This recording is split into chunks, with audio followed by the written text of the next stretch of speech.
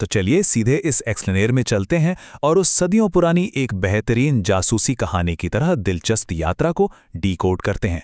हम अक्सर किताबों में रट लेते हैं कि परमाणु कैसा दिखता है, लेकिन आज हम केवल तथ्यों की बात नहीं करेंगे।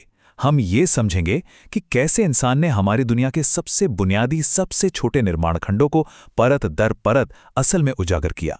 अब एक बड़ा सवाल जो इस पूरे रहस्य की शुरुआत करता है, यदि भौतिक दुनिया की हर चीज परमाणुओं से बनी है, तो भाई ये परमाणु खुद किस चीज से बने हैं? इसे एक नेस्टिंग डॉल या एक के अंदर एक छिपी गुड़िया की तरह सोचिए। जिसे कभी तोड़ा ना जा सकने वाला कण माना जाता था, वैज्ञानिकों को उसे छीलना पड़ा ताकि समझ सकें कि हकीकत के सबसे गहरे स्तर पर आखिर चल क्या रहा है। आज के हमारे इस एक्सप्लेनर का रोड मैप कुछ इस तरह रहेगा। हम शुरुआत करेंगे परमाणु की खोज से, फिर बढ़ेंगे अपरमाणविक कणों की तरफ, उसके बाद बोहर का परमाणु मॉडल, क्वांटम दुनिया की अजीबोगरीब एंट्री, क्वांटम यांत्रिकी मॉडल और आखिर में इलेक्ट्रॉनों की व्यवस्था। तो एक तरह से हम प्राचीन दार्शनिक विचारों से लेकर आधुनिक क्वांटम यांत्रिकी तक का पूरा सफर तय करने वाले हैं। सेक्शन 1, परमाणु की खोज, दर्शन शास्त्र से विज्ञान तक। चलिए रोजमर्रा की उन बड़ी बड़ी चीजों से नजर हटाकर उन अदृश्य बिल्डिंग ब्लॉक्स पर फोकस करते हैं जहां से इस पूरी कहानी की शुरुआत हुई। परमाणु का विचार रातों रात किसी लैब में नहीं आया था। ये तो महज एक दार्शनिक सोच से शुरू होकर एक प्रॉपर साइंटिफिक थ्योरी में बदला। 400 ईसा पूर्व में महर्षि कणाद और यूनानी दार्शनिक डेमोक्रिटस ने सबसे पहले एक अविभाज्य कण का आइडिया दिया था। फिर सदियों का सन्नाटा रहा, जब तक कि 1808 में जॉन डाल्टन ने इसे एक वैज्ञानिक आधार नहीं दिया। और 1830 तक आते आते माइकल फैराडे ने दिखा दिया कि पदार्थ और बिजली के बीच पक्का कोई ना कोई गहरा कनेक्शन तो है। लेकिन डाल्टन का ये जो मानना था ना कि परमाणु को और नहीं तोड़ा जा सकता, ये बात ज्यादा लंबी नहीं चल पाई। मतलब एक साधारण सा सवाल था, अगर परमाणु एकदम ठोस और अविभाज्य है, तो रेशम के साथ कांच को रगड़ने पर वो जो स्टैटिक बिजली पैदा होती है, वो कहां से आती है? ये वो पहला बड़ा सुराग था कि परमाणु कोई ठोस ना टूटने वाली गेंद नहीं है, बल्कि इसके अंदर भी कुछ छोटे चार्ज्ड हिस्से मौजूद हैं। दूसरा सेक्शन, अवपरमाणुविक कणों को उजागर करना, आवरण को तोड़ना। यहीं से विज्ञान असल में एक्सपेरिमेंटल फेज में उतरा और परमाणु रूपी उस नेस्टिंग डॉल की पहली परत को खोलना शुरू किया। ये तस्वीर देखिए, 1850 के दशक में गैसों में विद्युत विसर्जन का अध्ययन करने के लिए इस्तेमाल की जाने वाली कैथोड रे डिस्चार्ज ट्यूब। अब दिलचस्प बात यह है कि कैसे एक साधारण सी कांच की ट्यूब ने सब कुछ बदल दिया। जब इसमें कम दबाव वाली गैसों के बीच से हाई वोल्टेज बिजली पास की गई, तो नेगेटिव चार्ज वाले कणों की एक तेज धार बहती दिखी। इसे ही आज हम इलेक्ट्रॉन कहते हैं। यह परमाणु के अंदर झांकने का पहला सीधा मौका था। इसके बाद तो बस खोजों की लाइन लग गई। जे थॉमसन ने इलेक्ट्रॉन के मास टू चार्ज रेशियो को नापा, फिर आर मिलिकन ने अपने मशहूर तेल की बूंद वाले प्रयोग से इलेक्ट्रॉन का एकदम सटीक चार्ज निकाल लिया। फिर 1919 में प्रोटॉन सामने आया और 1932 में जेम्स चैडविक ने बिना किसी चार्ज वाले न्यूट्रॉन की खोज कर डाली।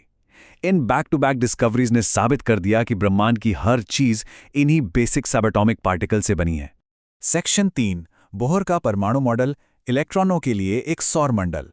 जब ये सारे टुकड़े मिल गए, इलेक्ट्रॉन, प्रोटॉन, न्यूट्रॉन, तो अगला मिशन था ये समझना कि ये सब एक परमाणु के अंदर आखिर फिट कैसे होते हैं। 1913 में नील्स बोर ने एक बेहतरीन आइडिया दिया। उन्होंने कहा कि इलेक्ट्रॉन्स ऐसे ही कहीं भी नहीं घूमते, बल्कि वो विशिष्ट क्वांटाइज्ड स्थिर कक्षाओं में घूमते हैं, बिल्कुल वैसे ही जैसे ग्रह सूरज के चारों ओर चक्कर लगाते हैं। यहां सबसे अहम बात थी क्वांटाइज्ड एंगुलर मोमेंटम। इसका सीधा सा मतलब यह था कि इलेक्ट्रॉनों के लिए कुछ फिक्स्ड अलाउड रास्ते हैं, वो अपनी मनमर्जी से कहीं भी नहीं रह सकते। सेक्शन 4, क्वांटम दुनिया में प्रवेश, क्लासिकल भौतिकी की विफलता।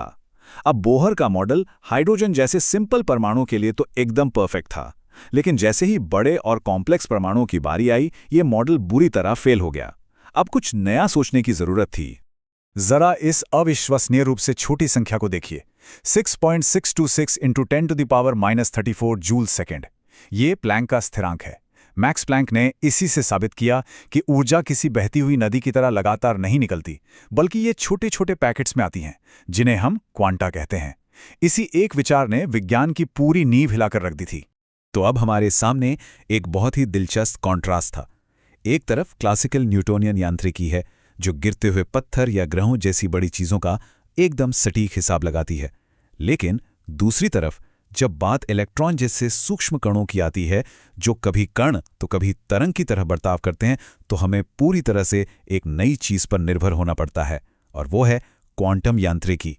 इसी क्वांटम दुनिया की अजीबोगरीब हरकतों में से एक है हाइजेनबर्ग का अनिश्चितता सिद्धांत। वर्नर हाइजेनबर्ग ने साबित किया कि किसी इलेक्ट्रॉन की सटीक पोजीशन और उसकी स्पीड दोनों को एक ही समय में सटीकता से मापना भौतिक रूप से असंभव है।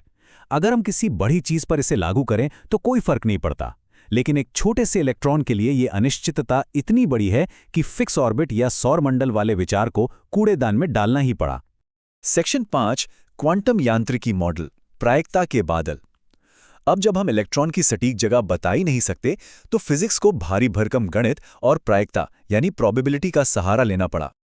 और यहीं इरविन श्रोडिंगर की एंट्री होती है। श्रोडिंगर के समीकरण ने निश्चित कक्षाओं को परमाणु कक्षकों यानी एटॉमिक ऑर्बिटल्स में बदल दिया। अब परमाणु कोई सौरमंडल नहीं रहा, बल्कि इसके केंद्र में एक ठोस नाभिक है जो धुंधले 3D प्रायिकता बादलों से घिरा है। ये बादल बताते हैं कि किसी पल में इलेक्ट्रॉन के पाए जाने के सबसे ज्यादा चांस कहाँ हैं।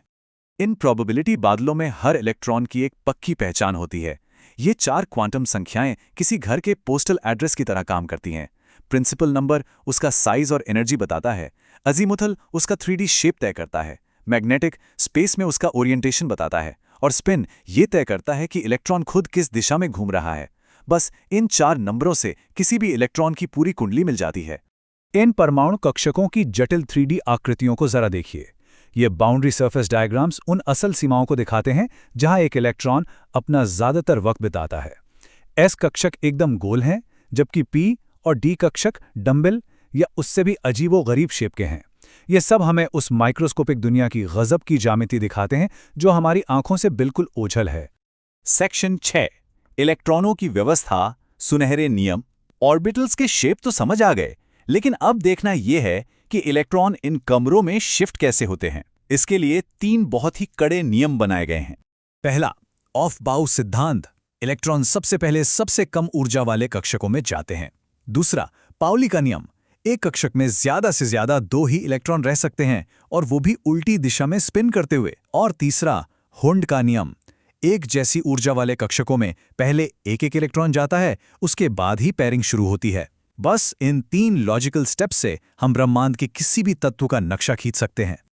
और इन नियमों को समझने का फाइनल रिजल्ट है इलेक्ट्रॉनिक विन्यास। जैसे लिथियम का कॉन्फ़िगरेशन है 1s² 2s1। ये सिर्फ कुछ नंबर्स और लेटर्स नहीं है, ये सीधे तौर पर बताते हैं कि कोई तत्व कैसे रिएक्ट करेगा। हमारी भौतिक दुनिया में जो अनगिनत रासायनिक प्रतिक्रियाएं होती हैं, वो सब इसी इलेक्ट्रॉनिक बनावट का नतीजा हैं। तो अंत में एक बहुत ही गहरा सवाल छोड़ के जाते हैं। यदि भौतिक दुनिया परमाणुओं से बनी है और परमाणु ज्यादातर खाली जगह हैं जो अदृश्य क्वांटम प्रायिकता बादलों से घिरे हैं, तो फिर जो वास्तविकता हम अपने चारों ओर देखते हैं वो असल में कितनी ठोस है। ये एक ऐसा विचार है जो हर दिन छुई जाने वाली चीजों के बारे में हमारी पूरी समझ को ही पलट कर रख देता है।